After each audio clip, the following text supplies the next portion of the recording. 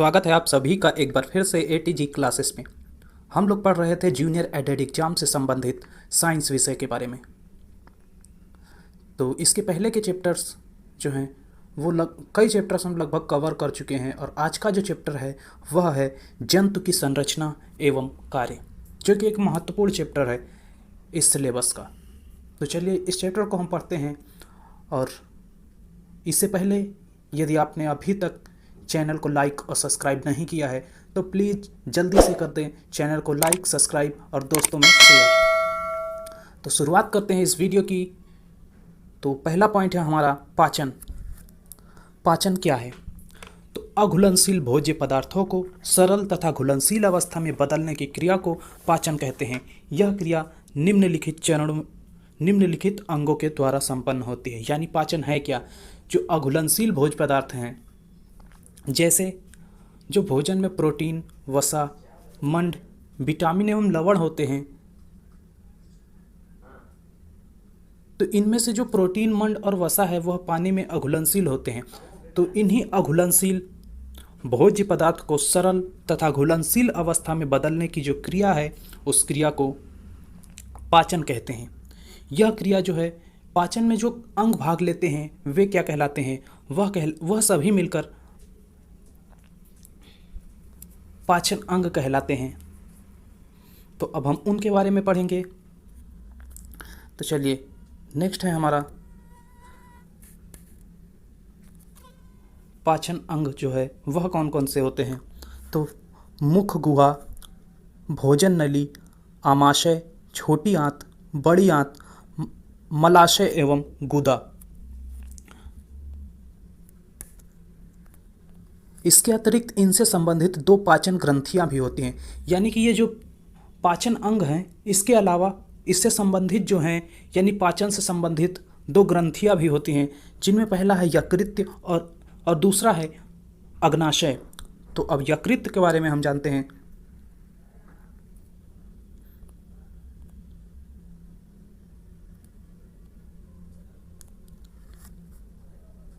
यकृत क्या है? यह मनुष्य के शरीर की सबसे बड़ी ग्रंथि है। याद रखिएगा ये पॉइंट, बहुत ही महत्वपूर्ण पॉइंट है ये कि यकृत जो है मनुष्य के शरीर की सबसे बड़ी ग्रंथि है। यह चॉकलेट या गहरे भूरे रंग की होती है। ये पित्त रस का निर्माण करती है। क्वेश्चन पूछा जाता है पित्त रस का निर्माण कहाँ होता है? तो याद रखिएगा यकृत में होता है। और यकृत क्या है? यकृत जो है वह मनुष्य के शरीर की सबसे बड़ी ग्रंथि है। तो यहाँ से ये दो पॉइंट याद रखने हैं। यकृत क्या है? शरीर की सबसे बड़ी ग्रंथि और यह पित्त रस का निर्माण करती है। अगला है अग्नाशय। यह हल्के गुलाबी रंग की ग्रंथि है। अग्नाशय क्या है? हल्के गुलाबी रंग की ग्रंथि है। यह अग्नाशयी रस का स्राव करती है। यकृत में क्या था? वह पित्त रस का स्राव करती है।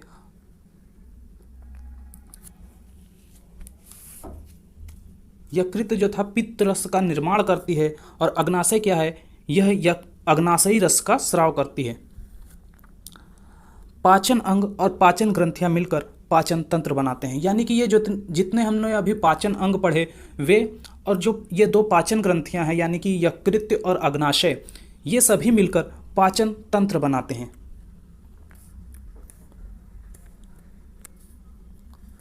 पाचन ग्रंथियों से पाचक रस स्रावित होते हैं। यानी पाचन ग्रंथियों से कौन से रस स्रावित होते हैं? तो पाचन रस स्रावित होते हैं।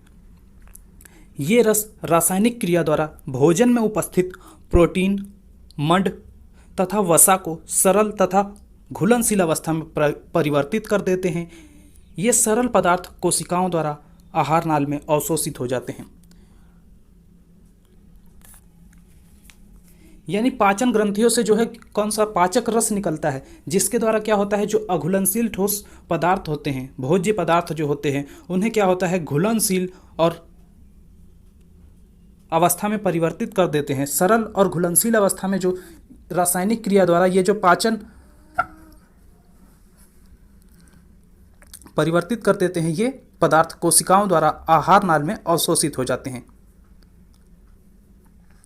तो देखिए लिखा है कि ये पाचक रस रासायनिक क्रिया द्वारा भोजन में उपस्थित प्रोटीन, मड तथा वसा को सरल तथा घुलनशील अवस्था में परिवर्तित कर देते हैं। ये सरल पदार्थ कोशिकाओं द्वारा आहार नाल में अवशोषित हो जाते हैं। चलिए नेक्स्ट है श्वसन। तो ऑक्सीजन युक्त वायु को शरीर के अंदर खींचना और कार्बन डाई से युक्त वायु को शरीर से बाहर निकालना श्वसन है। यानी यदि कहा जाए श्वसन क्या है, तो ऑक्सीजन जो हम लेते हैं तो ऑक्सीजन युक्त वायु को शरीर के अंदर लाना और कार्बन डाइऑक्साइड युक्त जो वायु है उसे शरीर से बाहर निकालने की जो क्रिया है वह क्रिया क्या कहलाती है, तो वह क्रिया श्वसन कहलाती है। अब श्वसन में दो क्रियाएं होती हैं, एक निःश्वसन होता है और दूसरा निःश्वसन होता है। तो निःश्वसन जिसे हम अंतः श्वसन कहते हैं और निःश्वसन जिसे हम उच्छ्वसन कहते हैं। तो निःश्वसन में क्या होता है, ऑक्सीजन युक्त वायु को शरीर के अंदर लेना, यानी ऑक्सीजन को जो है शरीर के अंदर लेना क्या कहलाता है, निःश्वसन यानी कि अंतः श्वसन कहलाता है। और कार्बन डाइऑक्साइड युक्त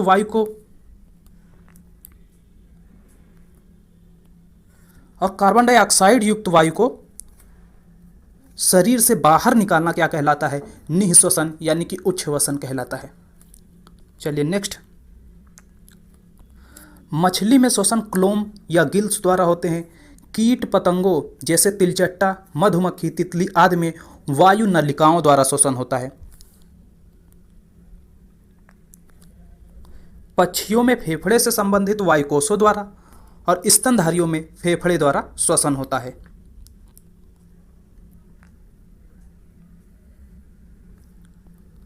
अगला है हमारा श्वसन तंत्र। तो श्वसन तंत्र के अंतर्गत कौन कौन से अंग आते हैं इसके बारे में हम जान लेते हैं। तो इसमें आता है नासिका, नासामार्ग, ग्रसनी, इसके अलावा कंठ, श्वास नली, श्वास नलिकाएं और फेफड़े। इन सभी को सम्मिलित रूप में श्वसन तंत्र कहते हैं। तो यानी ये जितने भी अंग थे, नासिका, नासामार्ग, ग्रसनी, कंठ, श्वसन नली और श्वास नलिकाएं तथा फेफड़े, इन सभी का जो सम्मिलित रूप है वह क्या कहलाता है, श्वसन तंत्र कहलाता है।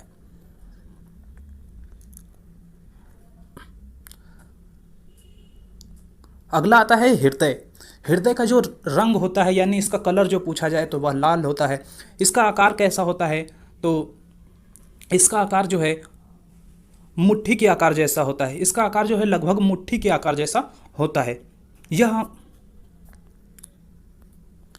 यह हमारे शरीर के वक्ष भाग में बाईं तरफ झुकाव लिए स्थित होता है। यानी ये स्थित कहाँ होता है, तो हमारे शरीर के वक्ष भाग में बाईं तरफ हल्का सा झुकाव के साथ स्थित होता है।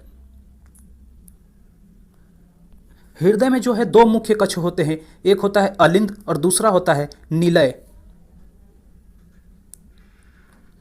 देखिए मनुष्य के हृदय में कुल 4 कक्ष पाए जाते हैं। जैसे दो मुख्य कक्ष तो हो गए वो अलिंद और निलय, और फिर जो ये अलिंद और निलय हैं ये दाएं और बाएं में बटे होते हैं। तो इस प्रकार हृदय में कुल कितने कक्ष हो गए, तो हृदय में कुल 4 कक्ष पाए जाते हैं। जैसे बायां अलिंद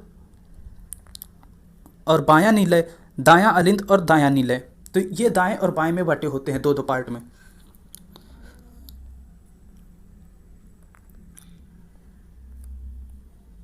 ये जो इम्पोर्टेंट है, विभिन्न भागों से रक्त, यानी कि शरीर के विभिन्न भागों से रक्त नलिकाओं के द्वारा हृदय में आता है और हृदय से नलिकाओं के द्वारा शरीर के विभिन्न भागों में पहुंचता है। तो रक्त नलिकाओं द्वारा हृदय में आता है और फिर क्या होता है, हृदय से नलिकाओं द्वारा ही शरीर के विभिन्न भागों में पहुंचता है। यहां देखिए, हृदय से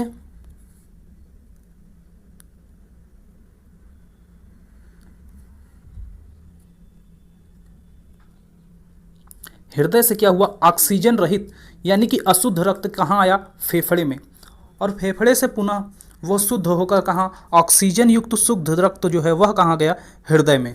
यानी कि हृदय से फेफड़े में आया तो वह अशुद्ध था और ऑक्सीजन युक्त था, ऑक्सीजन रहित था।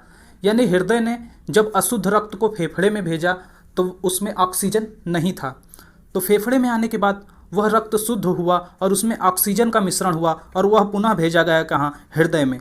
अब हृदय पुनः क्या करता है कि शुद्ध रक्त को ये भेजता है कहाँ, शरीर के विभिन्न अंगों में, और शरीर के विभिन्न अंगों से फिर क्या होता है, ऑक्सीजन जो शरीर के अंगों द्वारा ले लिया जाता है और पुनः क्या किया जाता है, जो अशुद्ध रक्त होता है उसे कहाँ भेज दिया जाता है, फेफड़े में, यानी हृदय में भेज दिया जाता है। यानी कि हृदय से फेफड़े में, फेफड़े से पुनः हृदय में, और हृदय क्या करता है, शरीर के विभिन्न अंगों में भेजता है, और शरीर के विभिन्न अंगों से फिर क्या होता है, जो ऑक्सीजन रहित अशुद्ध रक्त होता है वह हृदय में जाता है। तो इस प्रकार ये चक्र चलता रहता है और श्वसन क्रिया जो होती है वह पूर्ण होती है। नेक्स्ट क्वेश्चन है, ये बहुत इंपॉर्टेंट क्वेश्चन है, यहाँ से ध्यान रखिएगा कि एक वयस्क मनुष्य का हृदय 1 मिनट में 72 बार धड़कता है। वयस्क मनुष्य का हृदय जो है 1 मिनट में कितनी बार धड़कता है, 72 बार धड़कता है। 1 वर्ष से कम आयु के बच्चों में हृदय की धड़कन 100 बार प्रति मिनट होती है। कितनी बार, 100 बार प्रति मिनट होती है।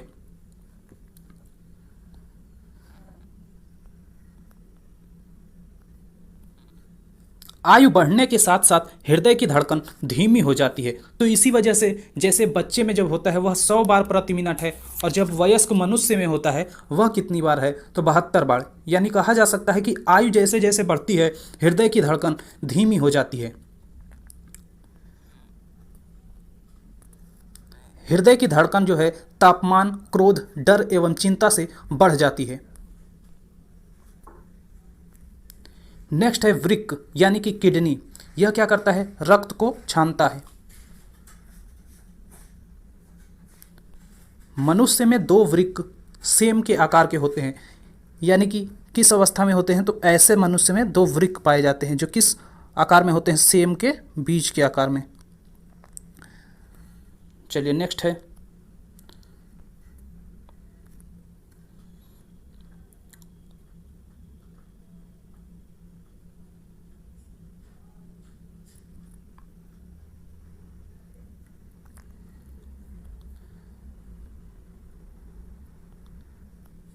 जिससे ये रक्त से यूरिया निकालकर मूत्र वाहिनी व मूत्राशय की सहायता से मूत्र के रूप में शरीर से बाहर निकालने का कार्य करते हैं। यानी कि ये किस आकार के होते हैं, तो सेम के बीज के आकार के होते हैं। इनकी संख्या कितनी होती है, 2 होती है।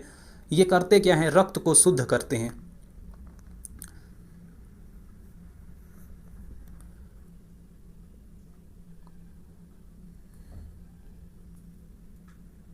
नेक्स्ट है, मनुष्य के वृक्क, मूत्र वाहिनियां, मूत्राशय और मूत्रमार्ग उत्सर्जी अंग हैं। इन अंगों से मिलकर उत्सर्जन तंत्र का निर्माण होता है। यानी उत्सर्जन तंत्र का निर्माण किन अंगों के द्वारा होता है, तो वृक्क, मूत्र वाहिनियां, मूत्राशय, मूत्रमार्ग उत्सर्जी अंग हैं। इन अंगों से मिलकर उत्सर्जन तंत्र का निर्माण होता है। नेक्स्ट इंपॉर्टेंट पॉइंट है जो बहुत बार कई एग्जाम में पूछा जा चुका है, वयस्क एवं स्वस्थ मनुष्य के एक गुर्दे का भार जो है वह कितना होता है, तो 150 ग्राम होता है। एक वयस्क एवं स्वस्थ मनुष्य के एक गुर्दे का भार यदि पूछा जाए कितना होता है, तो याद रखिएगा वह 150 ग्राम होता है।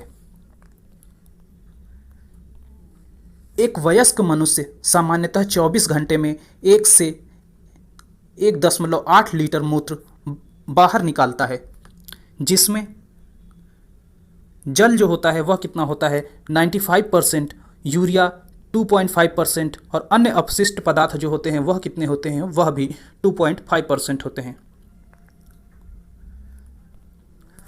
वृक्क के निष्क्रिय हो जाने पर कृत्रिम वृक्क द्वारा नियमित रूप से छानकर उसमें से अपशिष्ट पदार्थों को बाहर निकाला जाता है, और इस क्रिया को डायलिसिस कहते हैं। यानी डायलिसिस क्या है, तो वह है कि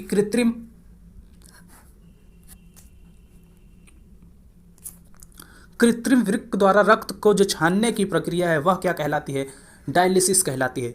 यानी कि जब मनुष्य का जो वृक्क है वह निष्क्रिय हो जाता है तो उसके स्थान पर कृत्रिम वृक्क लगाकर रक्त को छाना जाता है, यह क्रिया डायलिसिस कहलाती है। नेक्स्ट है जनन अंग। प्रत्येक जीवधारी में अपने समान संतान उत्पन्न करने की क्षमता होती है। जीवधारी के इस लक्षण को प्रजनन कहते हैं। यानी यदि पूछा जाए प्रजनन क्या है, तो प्रत्येक जीवधारी में अपने समान संतान उत्पन्न करने की जो क्षमता है, जीवधारी के इस लक्षण को क्या कहते हैं, प्रजनन कहते हैं। जिन अंगों की सहायता से प्रजनन क्रिया होती है उन्हें जननांग या प्रजनन अंग कहते हैं। कुछ जंतुओं में नर एवं मादा जनन अंग अलग अलग पाए जाते हैं, इन्हें एक लिंगी जंतु कहते हैं, जैसे कुत्ता, बिल्ली, मनुष्य आदि। मनुष्य में नर जनन अंग जो है वह वृषण और मादा जनन अंग जो है वह अंडाशय होते हैं। कुछ ऐसे भी जंतु हैं जिनमें नर एवं मादा जनन अंग एक ही जंतु में होते हैं, इन्हें द्विलिंगी जंतु कहते हैं, जैसे केचुआ। अब अगला है मस्तिष्क एवं नाड़ियां या तंत्रिका। तो सबसे पहले इनसे संबंधित जो दो क्रियाएं हैं वह है एक ऐच्छिक क्रिया और दूसरा अनैच्छिक क्रिया। ऐच्छिक क्रिया क्या है? अधिकतर कार्यों को हम अपने दिमाग से सोच समझ कर लेते हैं, यानी जिन पर हमारा नियंत्रण होता है वह क्रियाएं क्या कहलाती हैं? ऐच्छिक क्रिया कहलाती है, जैसे पढ़ना, खेलना, बात करना। अनैच्छिक क्रिया क्या है कि इन पर हमारी इच्छा का कोई प्रभाव नहीं पड़ता, यानी इन पर हमारा नियंत्रण नहीं रहता है। शरीर में घटित होने वाली समस्त क्रियाओं के नियमन एवं नियंत्रण के लिए तंत्रिका तंत्र पाए जाते हैं, यानी शरीर में जितनी भी क्रियाएं होती हैं उनका नियमन और नियंत्रण कौन करता है? तो तंत्रिका तंत्र करता है। मनुष्य के तंत्रिका तंत्र के 3 भाग होते हैं, जैसे मस्तिष्क हो गया, रीढ़ रज्जु हो गया और तंत्रिकाएं हो गई। मस्तिष्क, रीढ़ रज्जु, तंत्रिका तंत्र सभी एक विशेष प्रकार की कोशिकाओं से मिलकर बनी होती हैं। इन कोशिकाओं को तंत्रिका कोशिका कहते हैं। तंत्रिका कोशिका की जो लंबाई है वह 1 मीटर तक हो सकती है। नेक्स्ट है, यह एक छोर से उद्दीपनों को ग्रहण करती हैं और दूसरे छोर पर संदेशों को भेजती हैं। सूक्ष्म जंतुओं जैसे अमीबा तथा स्पंजों के शरीर में कोई तंत्रिका तंत्र नहीं पाया जाता है, परंतु समस्त शरीर द्वारा संवेदना ग्रहण की जाती है। यानी सूक्ष्म जंतुओं जैसे अमीबा और स्पंजों के शरीर में क्या होता है? तंत्रिका तंत्र नहीं पाया जाता है। तो इसमें जो संवेदनाएं हैं वह ग्रहण कैसे की जाती हैं? तो इनके पूरे शरीर द्वारा जो संवेदनाएं हैं वह ग्रहण की जाती हैं। अगला है हाइड्रा, केचुआ और एस्कैरिस आदि जंतुओं में तंत्रिका तंत्र पाया जाता है, परंतु समस्त कशेरुकीय प्राणियों की भांति तंत्रिका तंत्र पूर्ण विकसित नहीं होता है। नेक्स्ट है ज्ञानेंद्रियां या संवेदी अंग। तो शरीर में कितने संवेदी अंग हैं ये तो सभी लोग बचपन से ही जानते हैं। आँख, कान, नाक, जीभ और त्वचा, यानी कि 5 संवेदी अंग हैं जिन्हें ज्ञानेंद्रियां भी कहते हैं। तो कान को श्रवणेंद्रिय कहते हैं, श्रवणेंद्रिय कहते हैं या कहा जाता है। कान सुनने तथा शरीर को संतुलन बनाने में सहायक होते हैं, यानी कान करता क्या है? सुनने में मदद करता है और शरीर के संतुलन को बनाए रखने में सहायता करता है। मनुष्य के कान के कितने भाग हैं? तो 3 भाग हैं। कौन कौन से? पहला है बाह्य कर्ण, जो कार्टिलेज उपास्थि बना होता है, लचीला और रोमयुक्त होता है। कार्टिलेज उपास्थि बना होता है और लचीला और रोमयुक्त होता है, जो बाह्य कर्ण है। अगला है मध्य कर्ण। मध्य कर्ण क्या है कि कर्ण गुहा में स्थित कर्णपटह, झिल्ली तथा 3 छोटी छोटी अस्थियां होती हैं। मध्य कर्ण में क्या होता है? कर्ण गुहा में स्थित कर्णपटह, झिल्ली तथा 3 छोटी छोटी अस्थियां होती हैं। आंतरिक कर्ण अर्धपारदर्शक झिल्ली की बनी एक कलागहन के रूप में होता है। बाह्य एवं मध्य कर्ण ध्वनि तरंगों को ग्रहण कर आंतरिक कर्ण तक पहुंचाने का कार्य करते हैं। आंतरिक कर्ण का संबंध तंत्रिका द्वारा मस्तिष्क से होता है। यह सुनने का कार्य करता है तथा शरीर के संतुलन का कार्य भी करता है। अगला है आंख, जिसे क्या कहते हैं? दृश्येंद्रिय कहते हैं।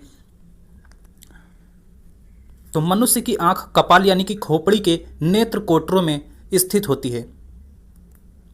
इसमें आंखें क्या है? सुरक्षित रहती हैं। इसकी सुरक्षा में पलकें तथा बरौनियां सहायक होती हैं। मनुष्य की आंख में एक पारदर्शी उत्तल लेंस होता है।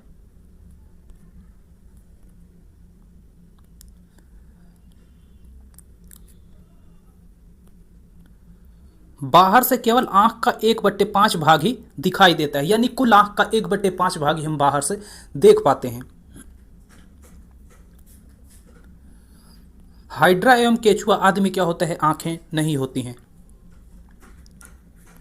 अगला है नाक, जिसे घ्राणेंद्रिय कहते हैं, घ्राणेंद्रिय कहते हैं। इसके द्वारा गंध का अनुभव होता है। चींटी एवं कुत्तों में जो घ्राण शक्ति है अधिक होती है, यानी सूंघने की जो क्षमता है चींटी और कुत्तों में अधिक होती है। जीभ, जिसे स्वादेंद्रिय कहा जाता है, और त्वचा स्पर्शेंद्रिय कहा जाता है। त्वचा द्वारा ठंडा, गर्म, कठोर, मुलायम, चिकना तथा खुरदरा आदि का पता चलता है। नेत्रहीन व्यक्ति द्वारा अक्षरों की पहचान छू कर लेते हैं, यानी नेत्रहीन व्यक्ति जो होते हैं वह अक्षरों की जो पहचान है वह छू कर लेते हैं। इस पद्धति को क्या कहते हैं? ब्रेल लिपि कहते हैं। ब्रेल लिपि में होता क्या है कि अक्षरों को छू करके पढ़ा जाता है।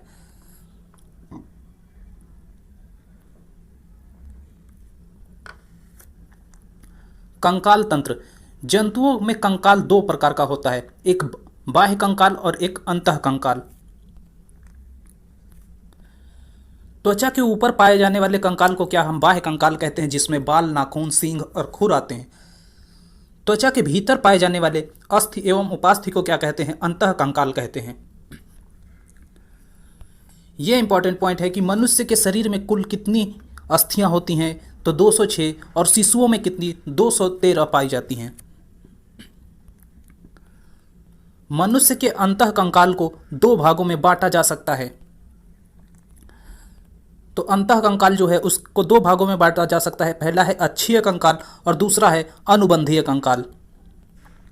अब पुनः अक्षीय कंकाल को जो है उसको खोपड़ी, कशेरुकदंड और उरोस्थि तथा पसलियों में बांटा गया है। और अनुबंधीय कंकाल के अंतर्गत मेखलाएं आती हैं, हाथ पैर की अस्थियां आती हैं। तो पहला हम जानते हैं खोपड़ी के बारे में। खोपड़ी गर्दन के ऊपर टिकी रहती है। मनुष्य की खोपड़ी में कुल 28 अस्थियां होती हैं। याद रखिएगा, ये इंपॉर्टेंट पॉइंट है कि मनुष्य की खोपड़ी में कितनी अस्थियां होती हैं, तो 28। अब खोपड़ी की हड्डियों को दो भागों में बटे होते हैं। ये 28 जो हड्डियां होती हैं ये भी दो भागों में बटी होती हैं। जैसे ये 28 हो गई, कपाल और चेहरे की हड्डियों में बटी होते हैं। तो कपाल में कितनी? 8 होती हैं, और चेहरे की जो हड्डियां होती हैं वह 20 होती हैं। नेक्स्ट आता है कशेरुकदंड, यानी कि रीढ़ की हड्डियां। तो वयस्क मनुष्य में जो है 26 होती हैं और शिशुओं में 33 होती हैं। उरोस्थि तथा पसलियां, यानी कि छाती की हड्डियां, तो मनुष्य के वक्ष में 22 जोड़ी लंबी और घुमावदार अस्थियां मिलकर पसली पिंजर बनाती हैं। ये पसली पिंजर पीछे की ओर रीढ़ की हड्डी एवं आगे की ओर उरोस्थि से जुड़ी होती हैं।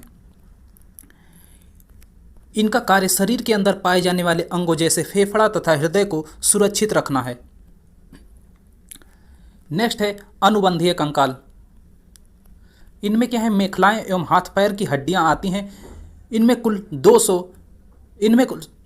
कुल 126 हड्डियां होती हैं। यानी कि अनुबंधीय कंकाल के अंतर्गत कितनी हड्डियां होती हैं?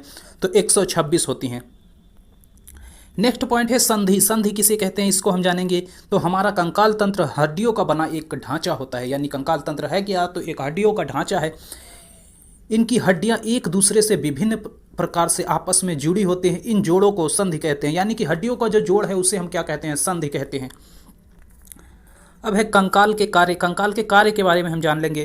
तो शरीर को एक निश्चित आकृति एवं आकार प्रदान करना, यानी कंकाल का पहला कार्य क्या है? शरीर को एक निश्चित आकृति और आकार प्रदान करना। कंकाल शरीर को सुदृढ़ बनाता है, शरीर को सुरक्षा प्रदान करता है। और नेक्स्ट है कंकाल प्रचलन में सहायता प्रदान करता है।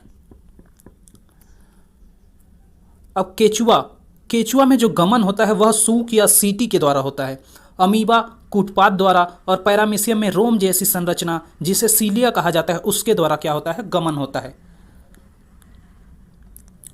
तो आज की वीडियो में इतना ही। यदि आपको वीडियो पसंद आया तो प्लीज़ चैनल को लाइक, सब्सक्राइब, शेयर जरूर करें। मिलते हैं नेक्स्ट वीडियो में और किसी नए चैप्टर के साथ। तब तक के लिए धन्यवाद।